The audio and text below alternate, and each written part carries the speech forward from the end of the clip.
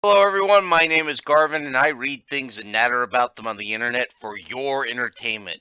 So, it was mentioned to me that I haven't really explained why I'm diverting from Atlantis to talk about these other, quote, lost, unquote, lands, and I figure I should do that real quick.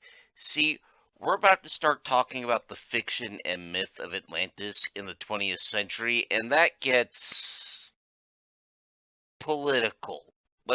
Let's put it that way. The thing is, it also pulls in the myth of Hyperborea and the story of Thule, and it gets a bit of Lemuria and Mu mixed in as well. So basically, I asked my patrons what they thought would be a good idea, and they advocated for each one of these lost lands getting a basic introduction video before I jumped into the 20th century.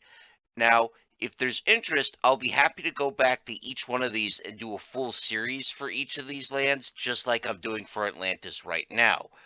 For now, though, let's focus on going to the edge of the world with Ultima Thule. The story of Thule actually begins in the south of France, somewhere between 330 and 320 BC. The Greek city of Massoluti, which is where modern Marseilles is today, was thriving and expanding due to its trade with the northern Celts. From the Celts, they got things like amber, tin, furs, and various other goods that they would trade with people like the Romans, other Greeks, and Carthaginians in the south. And they would sell goods from those people back to the Celts while keeping a tidy profit for themselves. Basic capitalism, right? All in all, this is not a bad setup for a Greek colony. However, they did want to know a bit more. After all, the more they learned about the North, the easier it would be for them to find more trade partners, find other trade goods, and of course, make more money. So they wanted to know as well where the amber and tin were coming from because those were the most highly prized trade goods coming in from the North.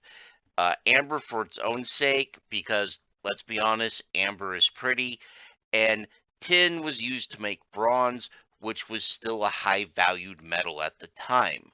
And this is where Pythias comes in. Just a side note, guys, I want to apologize for some of my pronunciations. Uh, I am using a pronunciation guide, but please just keep in mind I was raised in a deaf family, so sometimes I'm going to struggle with English. So, getting back here, Pythias was a citizen of the city. He was an experienced sailor and merchant. Beyond that, we don't have much of anything about his early life, and I couldn't even find any information on basic stuff like was he married? Did he have children? I assume he was at least married since that was standard for Greek men of his class and his time. But moving forward, uh, Pityus geared up an expedition and headed out of the Mediterranean past Carthaginian controlled Iberia, which was something of a feat in of itself, since the Carthaginians often attempted to keep powers from passing modern day Gibraltar so that they could control trade between the Atlantic seaboard and the Mediterranean. In doing so, he went from the Mediterranean Sea, which the Mediterranean Sea is dangerous to sail if you don't know what you're doing, but today is considered one of the safer seas to sail, while the Atlantic is still considered fairly dangerous to sail with modern vessels and professional crews. And he was sailing an Iron Age galley with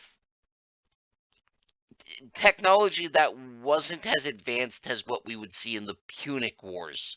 So, if there's one thing we do know about him, it's that he had cast iron balls. Leaving the Mediterranean, he would sail north, around Spain, and along the northern French coast until he reached the British Isles. Possibly the first Mediterranean sailor to do so, or at least the first since the Bronze Age collapse, as far as we know.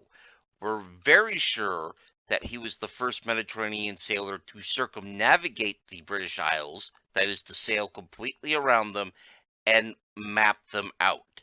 And again, Iron Age galley that's powered mostly by rowing and by a sail, and not a terribly advanced sail. So this takes a lot of skill and courage on his part.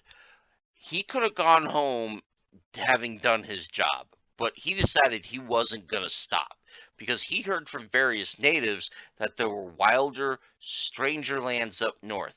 And, you know, at this point, why stop, right? So he loads up his crew and he starts rowing north until he reaches a place where, according to the sources we have, the seawater and air turned into a kind of gel that was impassable by foot or sail. And he ends up landing on a large island inhabited by 13 tribes of light-haired, light-eyed people. He named this island Thule. Thule was supposed to be roughly 6 days north of the British Isles. It was a land where strange lights were seen in the sky, and entire seasons passed without sunlight, and then there would be seasons where the sun never set. According to the fragments we have of his work, the natives lived off of millet, roots, herbs, and fruits, and made their booze from a mix of grain and honey. We don't have his full description, though, because the book that Phidias wrote, called On the Ocean, was lost. Yeah. Um, Apparently the last copies were in Alexandria and the fire happened. So, yeah. We do have quotations and paraphrases from other writers like Pliny the Elder and Strabo, but we don't have a lot of direct knowledge of what Thule was like or what Phidias actually saw, which is frustrating, of course. Because of this, people have argued where Thule actually was. Some people argue it's Iceland, others that it's one of several islands off the coast of Norway, and some argue for various Shetland Islands. That said, in general, we do accord Phidias the award of quite likely being the first Mediterranean man to sail to the edge of the Arctic Circle, and he did so in a wooden boat that many people today wouldn't consider seaworthy for the deep ocean, and that is worth some incredible respect in my book. Now, centuries afterwards, Thule would become a metaphor for being the edge of the world. To go to Thule would to be to go to the extreme, to the very edge of the map, to pursue your goal, um, or to put it in a way my Weeaboo fans might understand, it would be to go plus ultra. It would be put on medieval maps to show that this is the last bit of land to the north. Things like that. The legend does take a darker twist in the 20th century, but as you've probably gotten sick of me saying, that's for later. So I know this is a very brief overview, but it should be everything you need to know to provide context for the stuff we're going to cover once we get to the 20th century.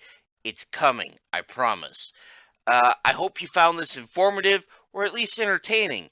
If so, please leave a like, comment, or even subscribe. All of those help me in my struggle against the dread Lord algorithm. Dare be on his name. If you'd like to support this channel, consider joining the ranks of my Everwise patrons, whose votes decide content such as this video, and you can join for as little as $1 a month. Speaking of which, special thanks to my patron Big Steve, who is my biggest supporter. As always, thank you, man. Next week, we're going to head south to warmer lands to discuss the lost continent of Lemuria.